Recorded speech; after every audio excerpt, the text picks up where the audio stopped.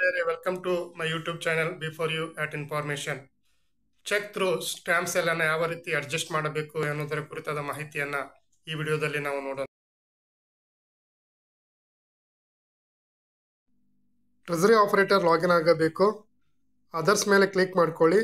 Treasury model ಅನ್ನು ಆಯ್ಕೆ ಮಾಡಿಕೊಂಡು ಸ್ಟ್ಯಾಂಪ್ ಆ್ಯಂಡ್ ಸ್ಟೇಷನರಿಯನ್ನು ಆಯ್ಕೆ ಮಾಡಿಕೊಳ್ಬೇಕು.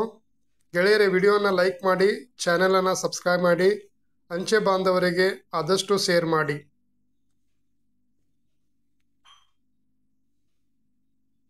ಸಬ್ ಕಾರ್ಡ್ ಸ್ಟ್ಯಾಂಪ್ ಸ್ಟೇಷನರಿಯನ್ನು ಆಯ್ಕೆ ಮಾಡಿಕೊಂಡು ಬಲ್ಕ್ ಸೇಲ್ಸನ್ನು ಆಯ್ಕೆ ಮಾಡಿಕೊಳ್ಬೇಕು.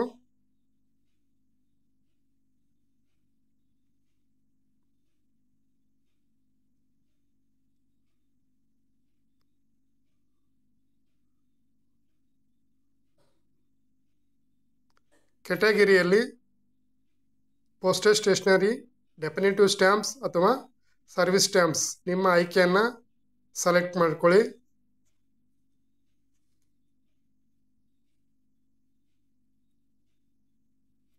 ಡಿಸ್ಕ್ರಿಪ್ಷನ್ನಲ್ಲಿ ಸ್ಟ್ಯಾಂಪ್ಗಳನ್ನು ಆಯ್ಕೆ ಮಾಡ್ಕೊಳ್ಳಿ.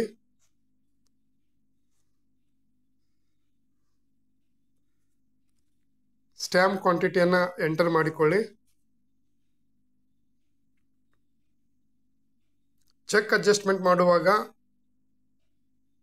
ಮೋಡನ್ನು ಚೆಕ್ ಅಂತ ಆಯ್ಕೆ ಮಾಡಿಕೊಳ್ಬೇಕು. ಚೆಕ್ ಅಂತ ಆಯ್ಕೆ ಮಾಡಿದಾಗ ಚೆಕ್ ನಂಬರ್ ಮತ್ತು ಚೆಕ್ ಡೇಟನ್ನು ಎಂಟರ್ ಮಾಡಿಕೊಂಡು ಅಮೌಂಟನ್ನು ಎಂಟರ್ ಮಾಡಬೇಕು.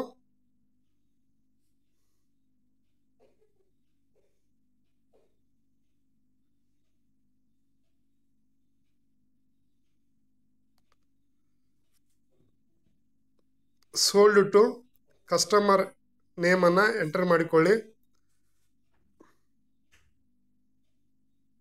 ರಿಮಾರ್ಕ್ನಲ್ಲಿ ಬಲ್ಕ್ ಸ್ಟ್ಯಾಂಪ್ ಸೆಲ್ ಎಂದು ಎಂಟರ್ ಮಾಡಿಕೊಂಡು ಆ್ಯಡ್ ಮೇಲೆ ಕ್ಲಿಕ್ ಮಾಡಿದರೆ ಸ್ಟ್ಯಾಂಪ್ ಆ್ಯಡ್ ಆಗುತ್ತದೆ. ಒಂದಕ್ಕಿಂತ ಹೆಚ್ಚಿದ್ದರೆ ಇದೇ ರೀತಿ ಆ್ಯಡ್ ಮಾಡ್ತಾ ಹೋಗಿ.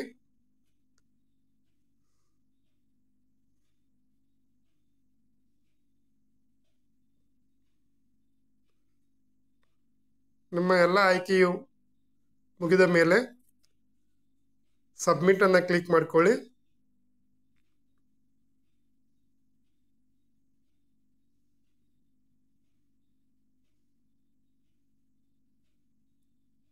ಡಾಟಾನ ಚೆಕ್ ಮಾಡಿಕೊಂಡು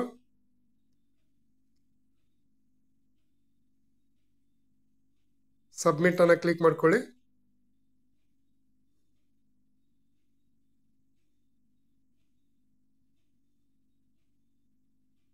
ನಂತರ ಕನ್ಫರ್ಮನ್ನು ಕ್ಲಿಕ್ ಮಾಡ್ಕೊಳ್ಳಿ.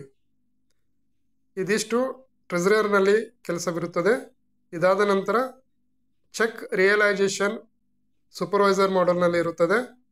ಸೂಪರ್ವೈಸರ್ ಲಾಗಿನ್ ಆಗಬೇಕು. ಸೂಪರ್ವೈಸರ್ ಲಾಗಿನ್ ಆದ ಮೇಲೆ ಅದರ್ಸ್ ಮೇಲೆ ಕ್ಲಿಕ್ ಮಾಡಿಕೊಂಡು ಬ್ಯಾಂಕ್ ಮಾಡೆಲನ್ನು ಆಯ್ಕೆ ಮಾಡಿಕೊಳ್ಳಿ. ಚೆಕ್ಕನ್ನು ಹೇಗೆ ರಿಯಲೈಸ್ ಮಾಡಬೇಕು ಎನ್ನುವುದರ ಕುರಿತಾದ ಮಾಹಿತಿಯನ್ನು ನಾವು ಇಲ್ಲಿ ನೋಡೋಣ.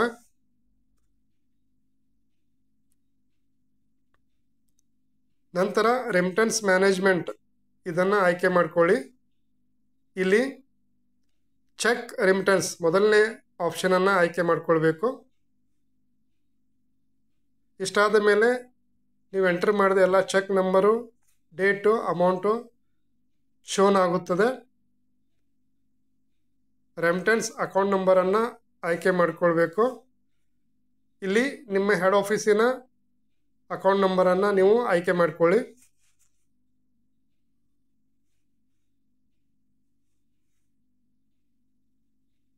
ಇಷ್ಟಾದ ಮೇಲೆ ಸೆಂಟ್ ಟು ಬ್ಯಾಂಕ್ ಇದನ್ನು ಕ್ಲಿಕ್ ಮಾಡಿಕೊಳ್ಳಿ. ಇದೇ ಪುಟದಲ್ಲಿ ಕೆಳಗಡೆ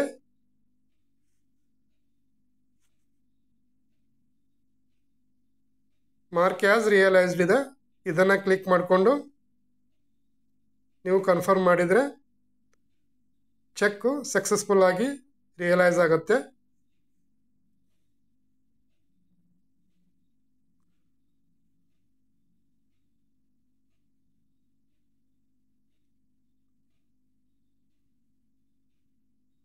ಮಾರ್ಕ್ ಆ್ಯಸ್ ರಿಯಲೈಸ್ಡನ್ನು ಕ್ಲಿಕ್ ಮಾಡ್ಕೊಳ್ಳಿ.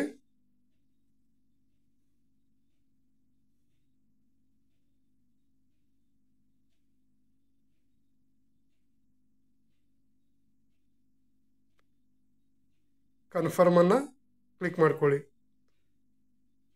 ಇದಿಷ್ಟು ಚೆಕ್ ರಿಯಲೈಸ್ ಪ್ರೊಸೀಜರ್. ಮುಂದಿನ ಹಂತದಲ್ಲಿ ನೋಡುವ. ಇದಾದ ಮೇಲೆ ಸೂಪರ್ವೈಸರ್ನಲ್ಲಿ ಟ್ರೆಜರಿ ಮಾಡಲನ್ನು ಆಯ್ಕೆ ಮಾಡಿಕೊಳ್ಬೇಕು. ಅಪ್ರೂವಲನ್ನು ಸೆಲೆಕ್ಟ್ ಮಾಡಿಕೊಂಡು ಸ್ಟ್ಯಾಂಪ್ ಬಲ್ಕ್ ಸೆಲ್ ಅಪ್ರೂವಲ್ ಇದನ್ನು ಕ್ಲಿಕ್ ಮಾಡ್ಕೊಳ್ಳಿ. ಇಲ್ಲಿ ಅಪ್ರೂವಲ್ ಮೇಲೆ ಕ್ಲಿಕ್ ಮಾಡಿಕೊಂಡು ಕನ್ಫರ್ಮನ್ನು ಕ್ಲಿಕ್ ಮಾಡಿಕೊಂಡ್ರೆ ಸಕ್ಸಸ್ಫುಲ್ ಆಗಿ ನಿಮ್ಮ ಚೆಕ್ ಥ್ರೂ ಸ್ಟ್ಯಾಂಪ್ ಸೆಲ್ ಇಲ್ಲಿ ಕಂಪ್ಲೀಟ್ ಆಗುತ್ತದೆ. ಇದಿಷ್ಟು ಚೆಕ್ ಥ್ರೂ ಸ್ಟ್ಯಾಂಪ್ ಸೆಲ್ ಮಾಹಿತಿ ಗೆಳೆಯರೆ. ವಿಡಿಯೋನ ಲೈಕ್ ಮಾಡಿ, ಶೇರ್ ಮಾಡಿ, ಸಬ್ಸ್ಕ್ರೈಬ್ ಮಾಡಿ, ನಿಮ್ಮ ಅನಿಸಿಕೆಗಳನ್ನು ಕಮೆಂಟ್ ಮಾಡಿ. ಮುಂದಿನ ವಿಡಿಯೋದೊಂದಿಗೆ ಮತ್ತೆ ಭೇಟಿಯಾಗೋಣ. ಧನ್ಯವಾದಗಳು.